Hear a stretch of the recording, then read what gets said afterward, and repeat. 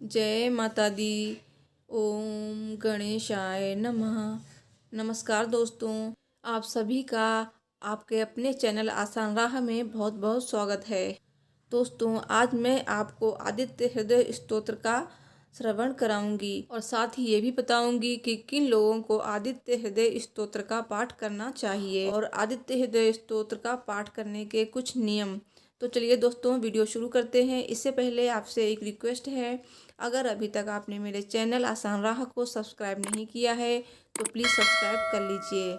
दोस्तों, ज्योतिष शास्त्र में सूर्य ग्रह को सरकारी नौकरी, उच्च पद, प्रतिष्ठा, मान सम्मान आदि का कारक माना जाता है। जिस व्यक्ति की कुंडली में सूर्य ग्रह की स्थिति प्रबल होती है, ऐसे जातक की कुंडली में सरकारी नौकरी के योग बनते हैं।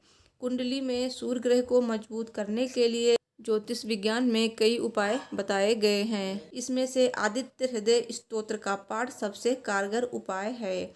सूर्योदय के समय आदित्य हृदय स्तोत्र का पाठ करना चाहिए। खासकर रविवार के दिन इस उपाय को जरूर करना चाहिए। ऐसा करने से आपकी कुंडली में सूर्य ग्रह की स्थिति मजबूत हो जाएगी और आपके सरकारी नौकरी के योग बनेंगे।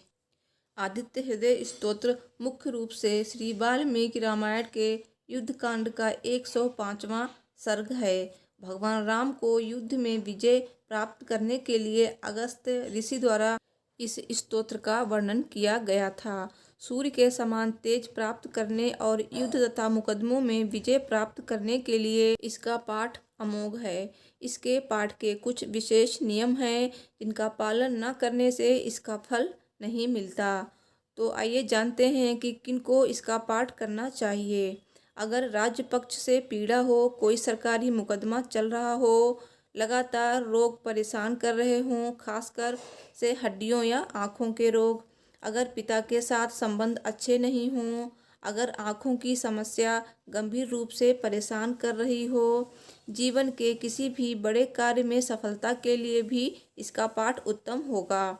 जो लोग प्रशासनिक सेवाओं की तैयारी कर रहे हैं, ऐसे लोगों को शीघ्र सफलता के लिए इसका पाठ करना चाहिए। आदित्य हृदय स्तोत्र पाठ के कुछ नियम। रविवार को उषा काल में इसका पाठ करें। नित्य सूर्योदय के समय भी इसका पाठ कर सकते हैं। पहले स्नान करें और सूर्य को अर्घ्य दें।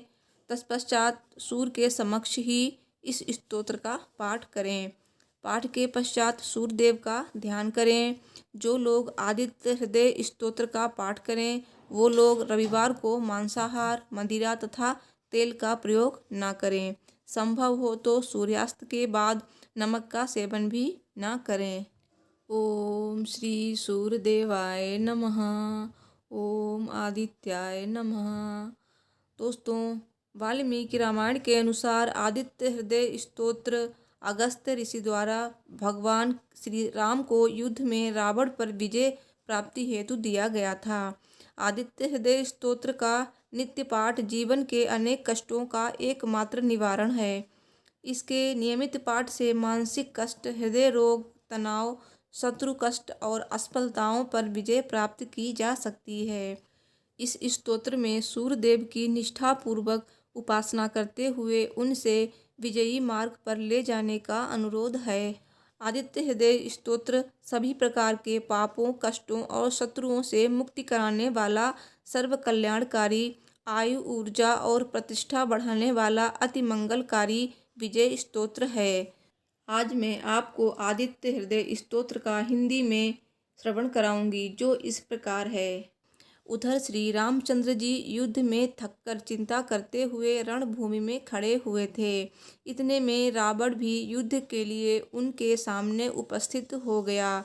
ये देख भगवान अगस्त्य मुनि, जो देवताओं के साथ युद्ध देखने के लिए आए थे, श्री राम जी के पास जाकर बोले, सबके हृदय में रमण करने वाले महाबाहो राम, ये सनातन गोपनीय स्तोत्र सुनो। वत्स, इसके जप से तुम युद्ध में अपने समस्त शत्रुओं पर विजय पा जाओगे। इस गोपनीय स्तोत्र का नाम है आदित्य हृदय स्तोत्र। यह परम पवित्र और संपूर्ण शत्रुओं का नाश करने वाला है। इसके जप से सदा विजय की प्राप्ति होगी। यह नित्य अक्षय और परम कल्याणमय स्तोत्र है। संपूर्ण मंगलों का भी मंगल है। इससे सब पापों का नाश हो जाता है। यह चिंता और शोक को मिटाने तथा आयु का बढ़ाने वाला उत्तम साधन है। भगवान सूर्य अपनी अनंत किरणों से सुशोभित हैं। ये नित्य उदय होने वाले देवता और असुरों से नमस्कृत विवस्वान नाम से प्रसिद्ध प्रभा का विस्तार करने वाले और संसार के स्वामी हैं। तुम इनका रश्मिमन्ते नमः, समुद्धन्ते नमः, देवासुर नमस्कृताये नमः, विवस्वते नमः, भास्कराय नमः, भुवनेश्वराय नमः इन मंत्रों के द्वारा पूजन करो। संपूर्ण देवता इन्हीं के स्वरूप हैं। ये तेज की राशि तथा अपनी किरणों से जगत को सत्ता एवं स्फूर्ति प्रदान करने वाले हैं। ये अपनी रश्मियों का प्रसार करके देवता और असुरों सहित समस्त लोकों का पालन करने वाले हैं। ये ही ब्रह्मा, विष्णु, शिव, स्कंद, प्रजापति, इंद्र, कुबेर, काल, यम, चंद्रमा, वरुण, पितर, वसु, साध्य, अश्वनी कुमार, मरुदगण, मनु, वायु, अग्नि, प्रजा, प्राण, ऋतुओं को प्रकट करने वाले तथा प्रकाश के पुंज हैं। इनके नाम हैं आदित्य, अदितिपुत्र, सविता, जगत को उत्पन्न करने वाले, सूर्य, सर्वव्यापक, खग, पूषा, पोषण करने वाले, गभस्तिमान, प्रकाशमान, सुवर्ण सदृश, भानु, प्रकाशक, हिरण्य रेता, ब्रह्मांड की उत्पत्ति के बीज, दिवाकर, रात्रि का अंधकार दूर करके दिन का प्रकाश फैलाने वाले, हरिदस्व, सहस्रार्ची, हजारों किरणों से सुशोभित, सप्त सप्ती, 7 घोड़ों वाले, मरीचिमान, किरणों से सुशोभित, तिमिरो मंथन, अंधकार का नाश करने वाले, शंभु, त्वष्टा, मार्तंडक, ब्रह्मांड को जीवन प्रदान करने वाले, अंशुमान, हिरण्य गर्भ, ब्रह्मा, शिशिर, स्वभाव से ही सुख प्रदान करने वाले,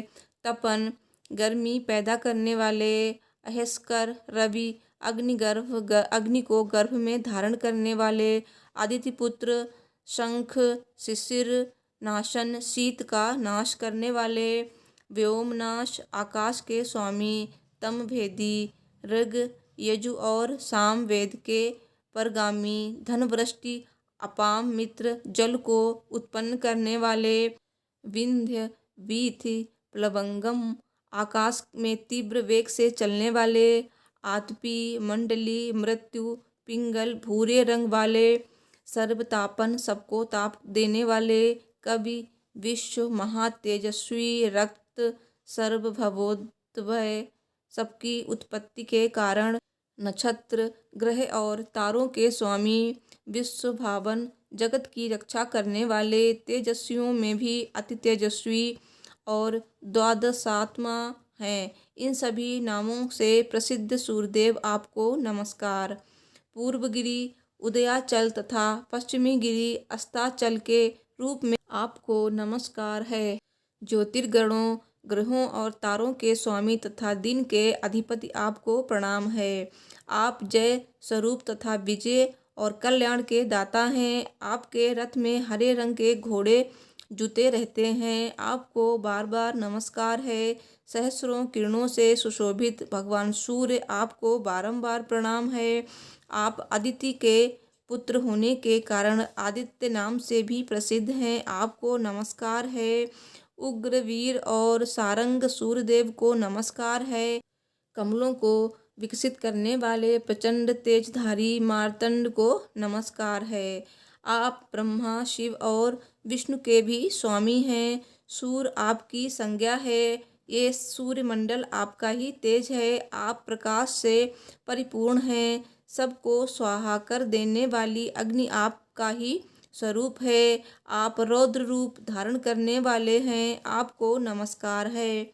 आप अज्ञान और अंधकार के नाशक, जड़ता एवं शीत के निवारक, तथा शत्रु का नाश करने वाले हैं।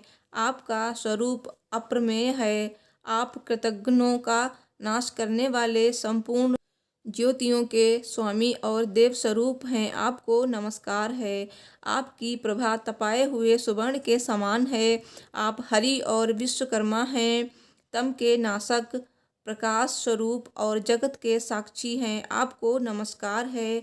रघुनंदन, हे भगवान सूर्य ही संपूर्ण भूतों का संहार, सृष्टि और पालन करते हैं। ये अपनी किरणों से गर्मी पहुँचाते और वर्षा करते हैं।